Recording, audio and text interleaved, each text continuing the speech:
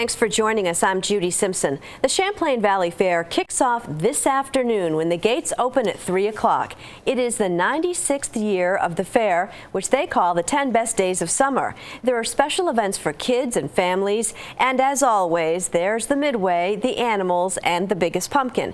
To find out more, I'm joined by Tim Shea. Tim is the Executive Director of the Champlain Valley Fair and Exposition. Welcome and thanks for coming in. Thanks for having me.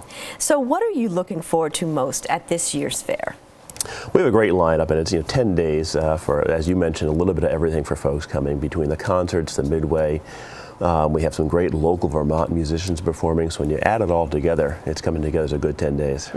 Tell us about the variety of concerts and shows that you have lined up. Yeah, we'll open up tonight with Old Dominion, a great country band playing, and then tomorrow we have a comedian, Gabriel Iglesias, which will be very good. We also have on a couple free shows in the grandstand, Wonderly's Circus Extravaganza, followed by The Machine, a Pink Floyd tribute band on Tuesday, and both of those are free with your ticket, with your admission to the fair.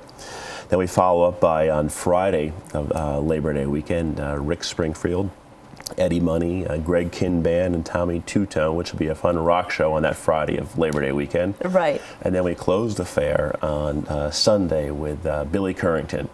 So a great lineup, and then sprinkled in between there are motorsports, demo derby, figure eight, and other events. And so in addition to some of the free shows, the fair also has special discount days too, because tell us about that, because for a lot of families that's really important. It is, and again, opening today, it's at 3 o'clock, half price gate and half price ride break. So today, Friday, is a great day for value-wise. Also, Kids Day is Monday. Probably our greatest value is Wednesday is our carload special day. And if you go to Maple Fields and get a coupon and then come to the fair on Wednesday the 29th, anyone in the car with legal limits, seatbelts, for $70 get your ride bracelets, gate admission, and parking. So that's a real value day. Yeah, for family that's a good idea. And then midweeks, 6 p.m. on is a $6 admission. So if you go to our website, ChamplainValleyFair.org, all the specials are outlined. Tell us a little bit about the type of planning that goes into the fair every year.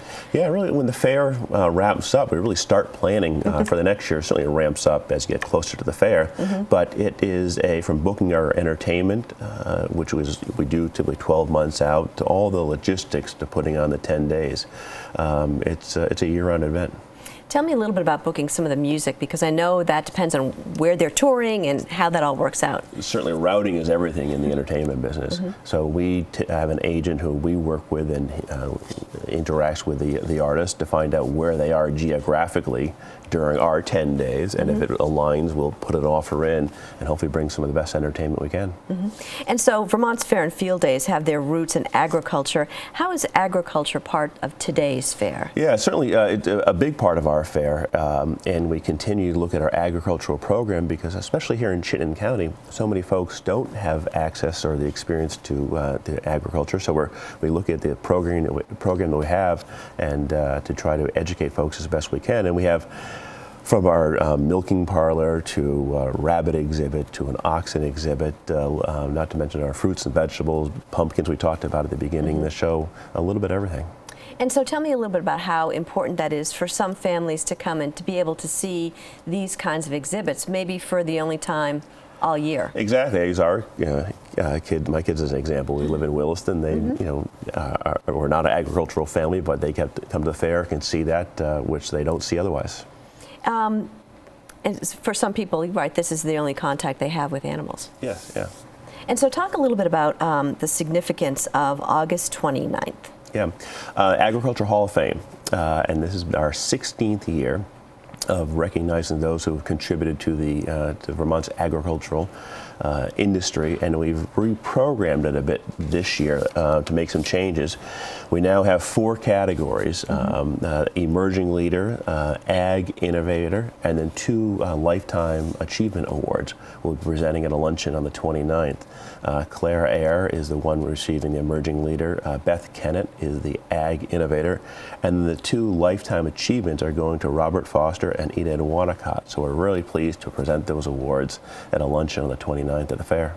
Why is that important, do you think? I think so many folks have done so much for Vermont's agricultural industry, and taking an opportunity to recognize what they have done. I think it's important, certainly important for the legacy of Vermont's agriculture, and we're pleased to be the home of the Ag Hall of Fame, and look forward to the 29th and recognizing the achievements of these people. So for many young people, particularly those in 4-H, the fair is a chance to really show what they've been working on all year long. Exactly. From cattle to horse shows, they are preparing now, and they're there throughout the whole fair. A number of 4-H competitions that are a big part of why people come to the fair. And there's also a 4-H building too that people really should check out. Yeah, we have a great 4-H display in what we call our Expo North area, building rather, and Mary Fay is our superintendent of 4-H and does a phenomenal job. And we're pleased to have her there, all the work that she and her volunteers do. So I encourage folks to see the 4-H display in the Miller buildings. Mm-hmm. There are thousands of animals too at the fair, so keeping people healthy and the animals healthy at the same time is a tricky situation. It's something we're really mindful of with hand washing stations and having food in the right spots and animals in the correct spot. It's something that our volunteers and our superintendents are very mindful of, so we can offer an educational experience, but also a safe experience. Why is it important we have sanitation stations outside almost every barn? Why is that important? Oh, because hand washing around, not just at fairs or anywhere you go, when folks are consuming food too, you want to be mindful of public safety there. So we encourage that as best we can, and people are mindful of it. Mm-hmm. And our staff and volunteers do a nice job reminding, especially the little kids, of the importance of doing that. There's a lot of knowledge at the fair, as you were just talking about. The superintendents and the volunteers are ready to share what they know. Talk a little bit about the kind of information these people have and the importance of the employees and volunteers. Yeah, boy, it's a legacy of information, the institutional knowledge that they have. We have over 300 volunteers and staff members for the 10 days. In addition to that, the superintendents, each department has a superintendent, and we could literally not do the fair without them.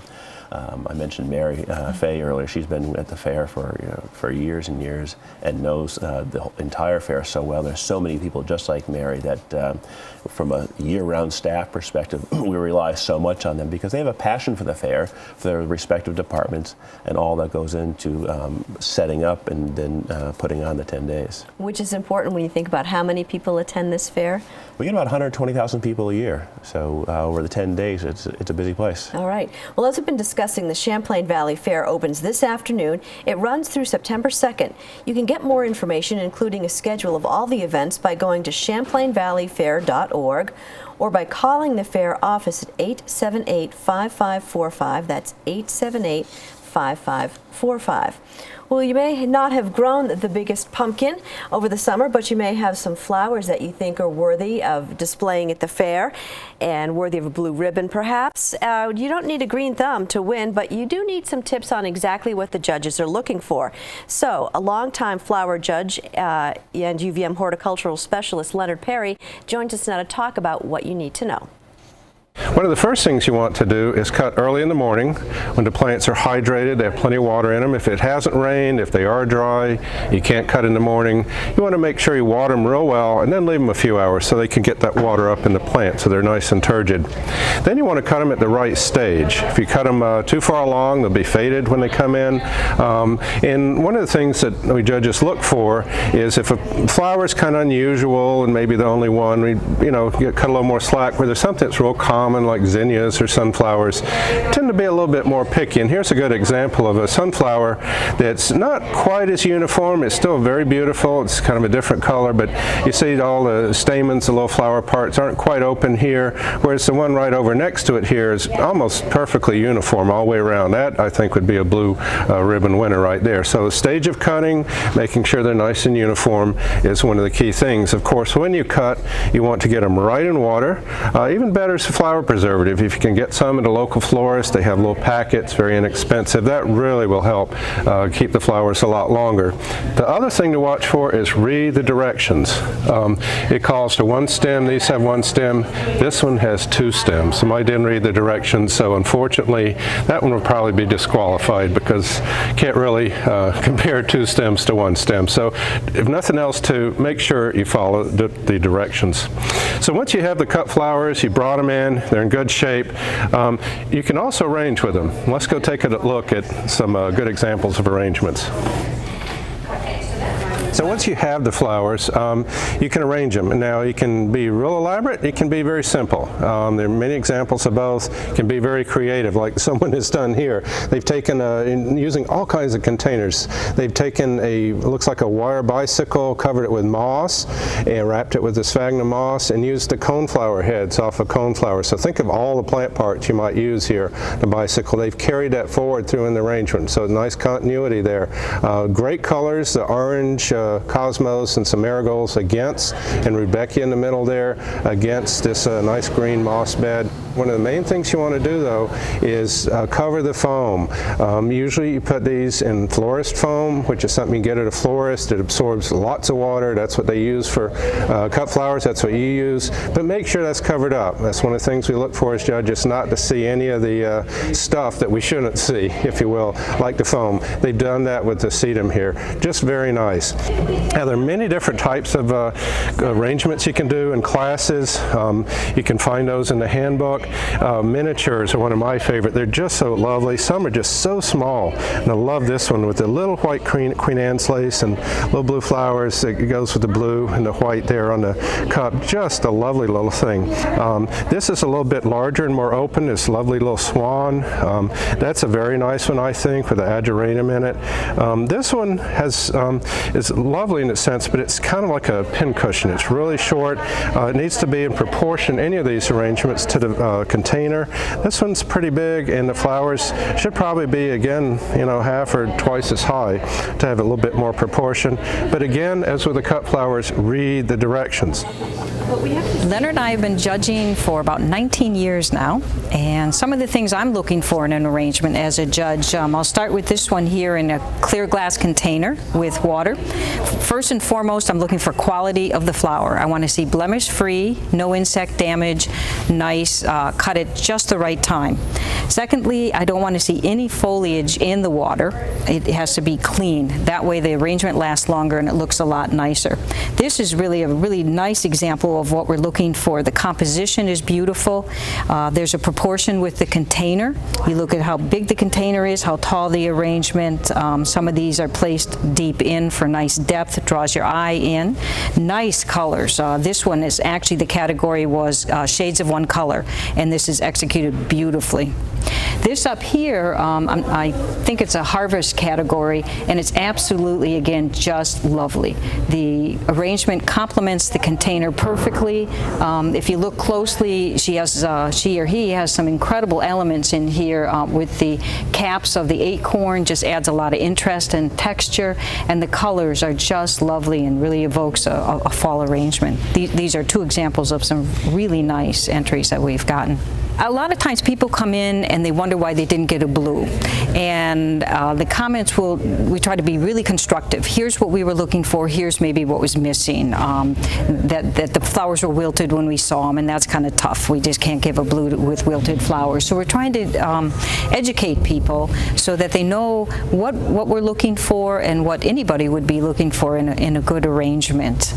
And actually, over the years, I've seen the quality really creep up, and I hope that maybe that was had something to do with our comments. But the quality has just been exceptional at the fair. Some of these could be professional arrangements. They're lovely, really, really nice. To get the rules and everything else you need to know about the various contests at the fair, go online to ChamplainValleyFair.org or call 878-5545. Well, Tim, after the flowers and the giant pumpkins and the animals, of course, there's the Midway. Yes, there is. And Straight Shows is our Midway provider. They're a wonderful company to work with, and we've been with them for 3 or 4 years now, and have been great partners of ours. Certainly a big part of the fair, the rides, the games, the food, and the Midway. So we're looking forward. They'll start rolling in or as they open up this afternoon. Now, I know that you wanted to also mention Military Appreciation Day. Yeah, next Friday is a day any current or former members of the military can get into the fair for free. Certainly can't do enough to recognize the efforts these folks have done, so we're look forward to welcoming them to the fair next Friday. And also another day is Senior Day on this coming Tuesday. Discounts available for seniors at the fair. Okay, terrific. And once again, the fair starts today. this afternoon. We'll be there 3 o'clock. Okay, terrific. Well, thank you so much. Again, if you need more information about the fair, you can go online to champlainvalleyfair.org or call 878-5545. And that's our program for today. Thanks for joining us. I'm Judy Simpson. I'll see you again next time on Across the Fence.